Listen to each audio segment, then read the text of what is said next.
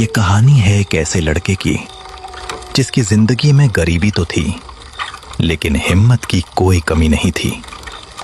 रात होते ही जब शहर की सड़कें धीरे धीरे सुनसान होने लगती थीं, तब वो लड़का देर रात तक जागने वाले लोगों की भूख मिटाने के लिए घर घर खाना पहुंचाने का काम करता था।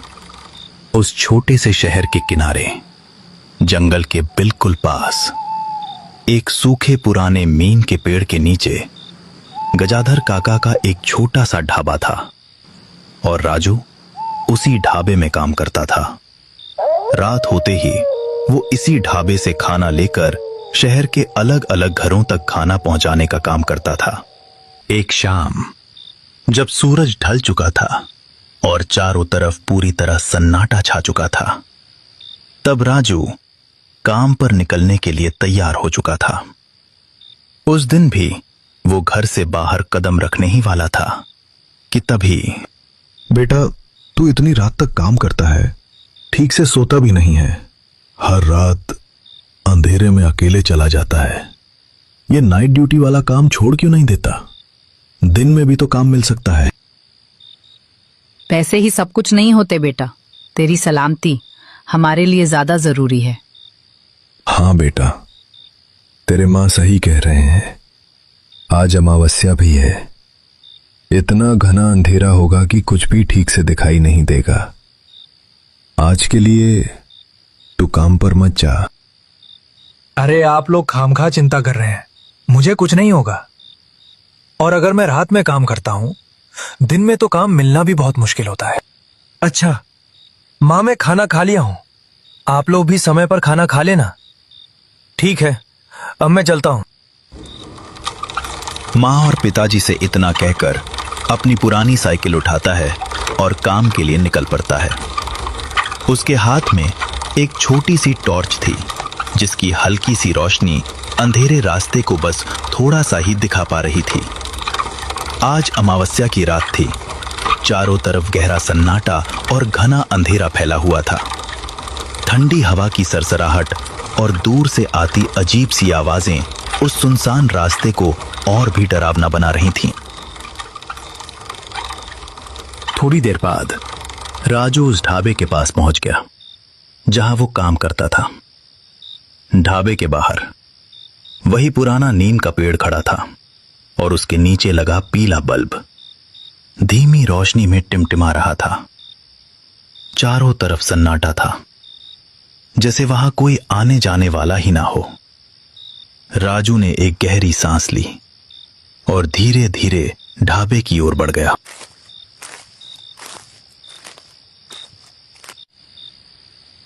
अरे राजू, आज आने में इतनी देर कर दी, सब ठीक तो है ना बेटा? कोई ज्यादा काम था क्या?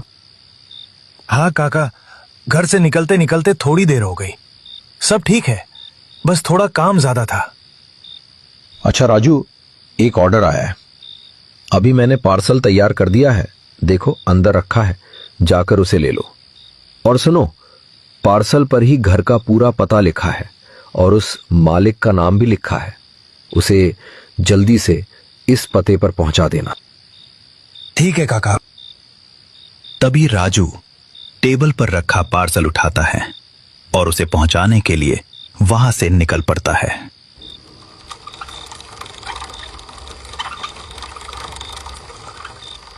और तभी सामने से दो आदमी ढाबे की तरफ बढ़ते हुए दिखाई देते हैं।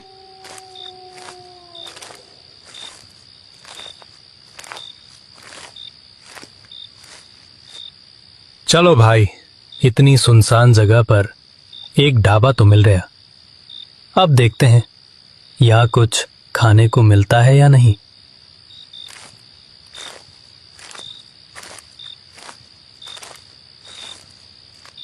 अरे ओ काका, खाना मिल जाएगा क्या? अरे हाँ भैया, खाना मिलेगा। आप चाहे रात के 8 बजे आए या 12 बजे, यहाँ हर समय खाना मिल जाता है। आप टेबल में बैठिए, मैं अभी आपके लिए खाना लगवाता हूं।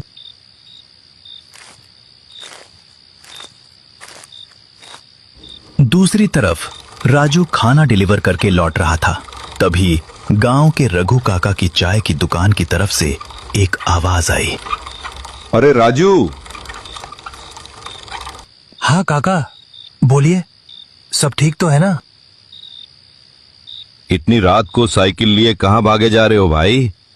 क्या बात है राजू, कोई नया काम वाम मिल गया है क्या? आखिर ऐसा भी कौन सा काम है जो तुम्हें आधी रात को करना पड़ रहा है? देखो, लोग तो इस वक्त अपने घर में बैठे आराम करते हैं, और एक तुम हो जो इस अंधेरे में काम के पीछे भाग रहे हो। अरे काका, दिन में काम मिलना बहुत मुश्किल होता है, और अगर किसी तरह मिल भी जाए तो पैसे भी ज्यादा नहीं मिलते। घर में मेरे बूढ़े माँ बाप हैं और मैं ही उनका इकलौता सहारा हूँ। मुझे ही घर की जिम्मेदारी उठानी पड़ती है, इसीलिए रात में काम करता हूँ। यहाँ मुझे अच्छा काम भी मिल गया है, और सबसे बड़ी बात, रात में दुगने पैसे भी मिल जाते हैं। लेकिन राजू, तुम भूल गए क्या? हमारे गांव के पास जो वो घना और वीरान जंगल है, उसमें रात को क्या क्या होता है तुम्हें पता ही है। आधी आधी रात में उस जंगल से भयानक आवाजें आती हैं। कभी ऐसा लगता है जैसे कोई रो रहा हो। और सुना है जंगल के पास ठाकुर अभय प्रताप की एक पुरानी हवेली भी है। रात होते ही उस रास्ते पर परिंदा भी पर नहीं मरता। लोग कहते हैं जो भी उस हवेली के पास गया वो फिर कभी पहले जैसा नहीं लौटा। वहां आज भी कुछ ऐसे रहस्य छिपे हैं बेटा, जिनके बारे में सोचकर ही लोगों की रूह कांप उठती है। अरे काका, अगर हम डर के मारे घर पर ही बैठे रहें तो घर कैसे चलेगा? घर में मेरे बूढ़े माँ बाप हैं और मैं ही उनका इकलौता सहारा हूं। डर मायने नहीं रखता काका, जब सामने जिम्मेदारी खड़ी हो। अगर सच में जीना है तो डर का सामना करना ही पड़ेगा। दूसरी तरफ उसी डरावने और घने जंगल के पेड़ों के पीछे ठाकुर अभय प्रताप की एक बहुत बड़ी और आलीशान हवेली खड़ी थी। उस हवेली के विशाल लोहे के गेट के पास एक पुरानी टूटी फूटी लकड़ी की कुर्सी पड़ी रहती थी, और उसी कुर्सी पर हवेली का चौकीदार बंसी लाल बैठा रहता था। रात की गहरी खामोशी में वही उस सुनसान हवेली की पहरेदारी करता दिखाई देता था, पूरी ईमानदारी और वफादारी के साथ। हवेली के अंदर ठाकुर अभय प्रताप भूख से बेचैन होकर बार बार नौकरों को आवाज लगा रहे थे। वैसे तो ठाकुर अभय प्रताप स्वभाव से बहुत अच्छे इंसान थे, लेकिन जब उन्हें तेज भूख लगती तो उनका गुस्सा 7वें आसमान पर पहुंच जाता था। उन्हें खाने में जरा सी भी देर बिल्कुल पसंद नहीं थी। अगर समय पर खाना न पहुंचे तो उनका चेहरा गुस्से से लाल हो जाता और उनकी ऊंची आवाज पूरी हवेली में गूंज उठती। कालिया, ओ कालिया, कहां मर गया तू? कितनी देर से आवाज लगा रहा हूं, सुनाई नहीं देता क्या? जल्दी मेरे कमरे में आ, अभी के अभी।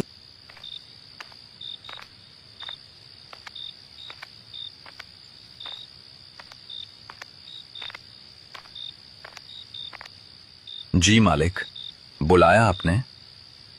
मैं यही हूं मालिक, क्या काम था? अरे तुम लोग यहाँ काम करने आते हो या आराम करने? कितनी देर से आवाज दे रहा हूं, एक बार में सुनाई नहीं देता क्या? हर बात के लिए क्या मुझे ही चिल्लाना पड़ेगा?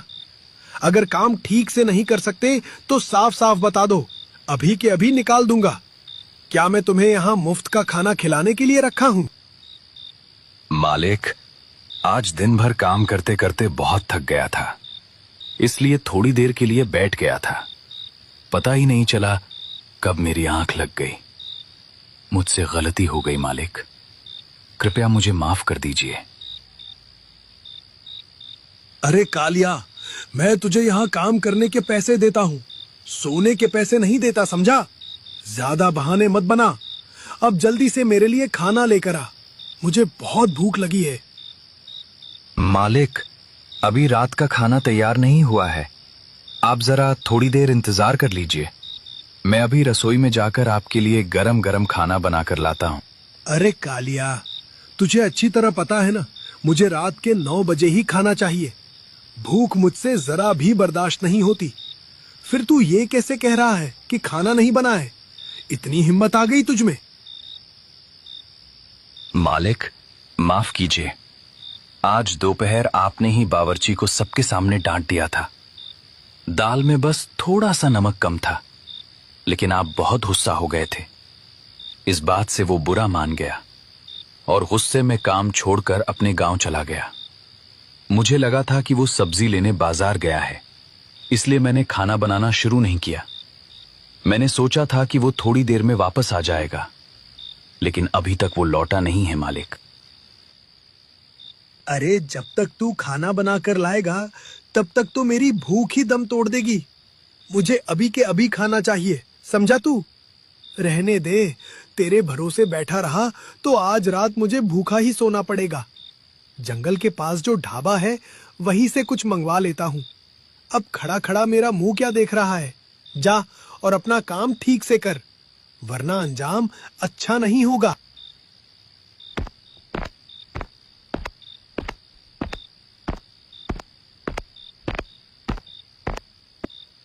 उधर ठाकुर अभय प्रताप अब भी गुस्से में बड़बड़ा रहे थे।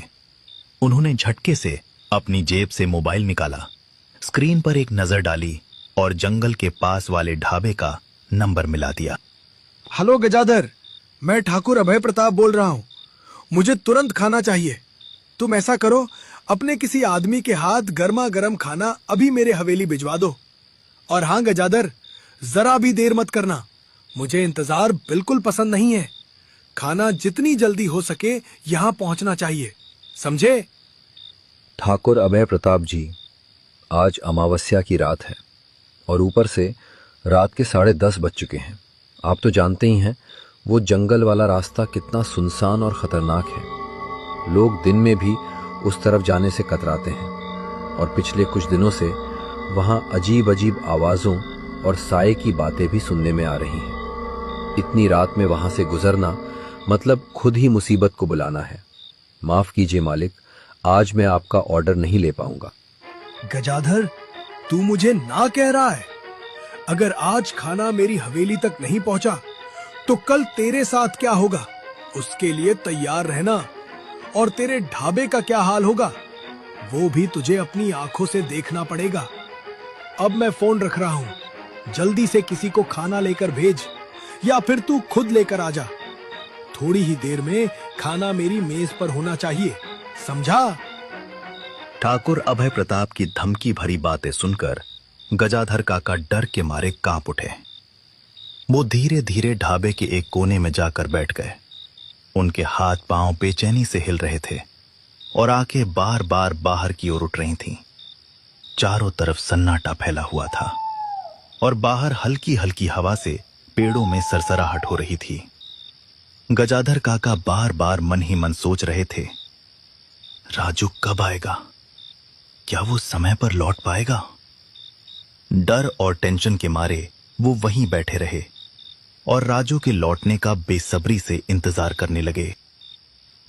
दूसरी तरफ राजू अपना पिछला ऑर्डर देकर पुरानी साइकिल से सुनसान रास्ते पर ढाबे की ओर बढ़ रहा था।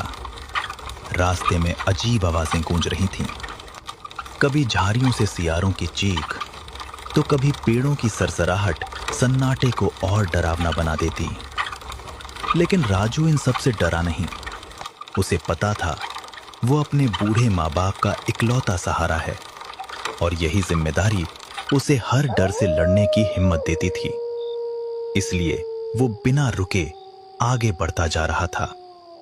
कुछ देर बाद राजू अपनी साइकिल चलाते हुए आखिरकार ढाबे पर पहुंच जाता है। तभी राजू की नजर रघुनाथ काका पर जाती है, जो एक कोने में बैठकर काफी चिंतित दिखाई दे रहे थे। क्या हुआ काका? आप इतने परेशान क्यों लग रहे हैं? सब ठीक तो है ना? अगर कोई दिक्कत है तो मुझे बताइए। देखिए, छुपाइए मत, शायद मैं कुछ मदद कर पाऊं। अरे राजू, अब तुझे क्या बताऊं? वो जो जंगल के उस पार ठाकुर अभय प्रताप की हवेली है ना, वहीं से एक ऑर्डर आया है। लेकिन जरा टाइम तो देख, रात के 10:30 पार होने को है। इस वक्त उधर जाना मतलब सीधा मौत को दावत देने जैसा है।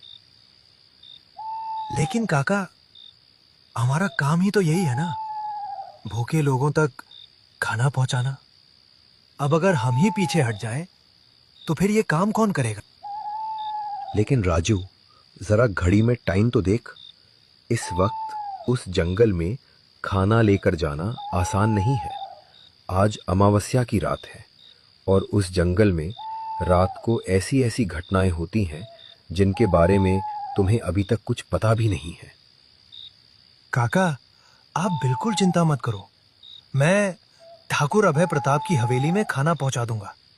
अगर हम डर के मारे काम ही छोड़ देंगे तो घर चलाना भी मुश्किल हो जाएगा। आप बस जल्दी से सामान पैक कर दीजिए, मैं अभी खाना लेकर निकलता हूं। इतना बोलते ही गजाधर काका खाना पैक करके राजू के हाथों भिजवा देते हैं। रास्ता बिल्कुल घना अंधेरा था। राजू धीरे धीरे अपनी साइकिल की हल्की रोशनी के सहारे आगे बढ़ रहा था। तभी साइकिल चलाते चलाते राजू को अचानक ऐसा महसूस होने लगा मानो साइकिल का भार एकदम से दुगना हो गया हो। उसे लगा जैसे पीछे कोई बैठा हो। उसका दिल जोर जोर से धड़कने लगा। अचानक रास्ते के किनारे खड़े एक ऊंचे पेड़ से एक मोटी डाली टूटकर जमीन पर गिरती है। उस तेज आवाज से राजू घबराकर तुरंत साइकिल रोक देता है और एकदम से डर जाता है। अरे बाप रे, बाल बाल बच गया। अभी मेरे सिर पर गिरना ही वाला था। तभी सन्नाटे को चीरती हुई दूर कहीं से एक अजीब जानवर की भयानक आवाज गूंजी। वो आवाज इतनी खौफनाक थी कि राजू के रोंगटे खड़े हो गए। लेकिन इस बार उसने पीछे मुड़कर नहीं देखा। खुद को संभाला, साइकिल उठाई और तेजी से उस अंधेरे रास्ते पर निकल पड़ा। कुछ देर बाद राजू उस सुनसान रास्ते को पार करते हुए एक बड़ी और रहस्यमयी हवेली के बाहर पहुंच जाता है। हवेली दूर से ही डरावनी लग रही थी। चारों तरफ सन्नाटा और अंधेरा पसरा हुआ था।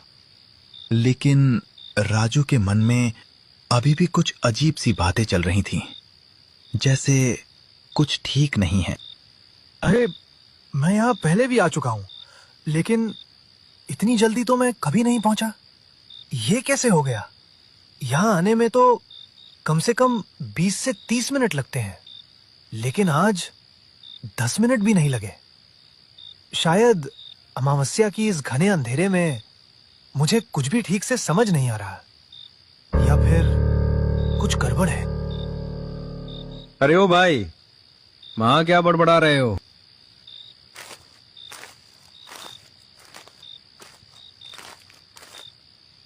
जी भैया, एक खाने का ऑर्डर था, वही पहुंचाने के लिए आया हूं। भैया, मैं आपसे एक सवाल पूछ सकता हूं? क्या आप यहां नए आए हो? मैं जब जब यहां आया हूं, गेट पर तो बंसीलाल काका ही रहते थे और वो मुझे अच्छी तरह पहचानते थे। तभी वो आदमी जोर से चिल्ला उठा और बोलने लगा। अरे, जो पहला चौकीदार था वो अपने कुछ काम से गांव गया है, कल तक लौट जाएगा। लेकिन बंसीलाल काका तो हमारे ढाबे पर आते रहते हैं, मगर उन्होंने तो गांव जाने के बारे में कुछ नहीं बताया था।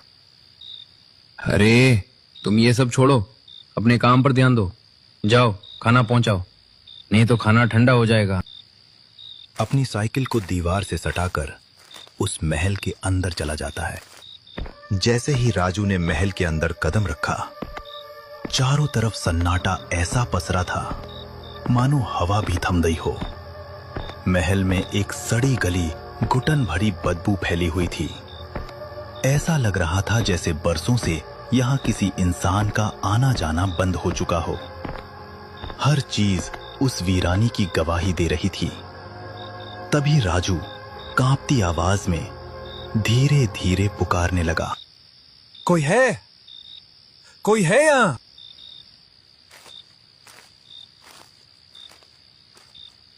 क्या हुआ? इतनी रात को क्यों शोर मचा रहे हो? क्या तुम्हें पता नहीं, इस तरफ लोग दिन में भी आने से घबराते हैं, और तुम इतनी रात को आ गए। क्या काम था? आपके यहाँ से खाने का एक ऑर्डर आया था, वही पहुंचाने के लिए आया हूं। हाँ, ठाकुर अभय प्रताप जी ने जो जंगल के पास ढाबा है, वहां से खाना मंगवाया था। आओ मेरे पीछे पीछे, मैं आपको ले चलता हूं। सामने वो जो कमरा है, उसी में जाना है तुम्हें। मालिक वहीं बैठे हैं तुम्हारा इंतजार करते हुए।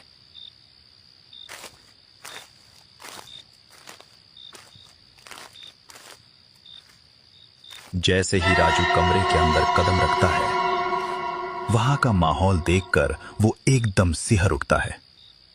चारों तरफ घना अंधेरा छाया हुआ था और कमरा ऐसा लग रहा था मानो सालों से यहां कोई आया ही ना हो। तभी अचानक राजू का फोन बजने लगता है। हेलो, गजाधर काका। राजू, तू कब से गया है? अभी तक खाना डिलीवर नहीं किया तूने? कब से अभय प्रताप जी का फोन आ रहा है? कहाँ है तू अभी? काका, मैं तो हवेली में हूं, लेकिन एक बात समझ में नहीं आ रही। उस दिन जब मैं यहां आया था तो पहुंचने में 20-30 मिनट लग गए थे, और आज 10 मिनट भी नहीं लगे। ऐसा क्यों? अजीब बात यह है काका, अभी जब मैं बाहर से अंदर आया तो बाहर सब कुछ बिल्कुल ठीक था, लेकिन जैसे ही कमरे के अंदर कदम रखा, ऐसा लग रहा है मानो सालों से यहां कोई रहता ही ना हो। राजू, तू उस जंगल के चलावे में फंस गया है। वहां एक पल भी मत रुक, तुरंत भाग वहां से। मैं जानता था कुछ गड़बड़ है, इसलिए तुझे रोक रहा था।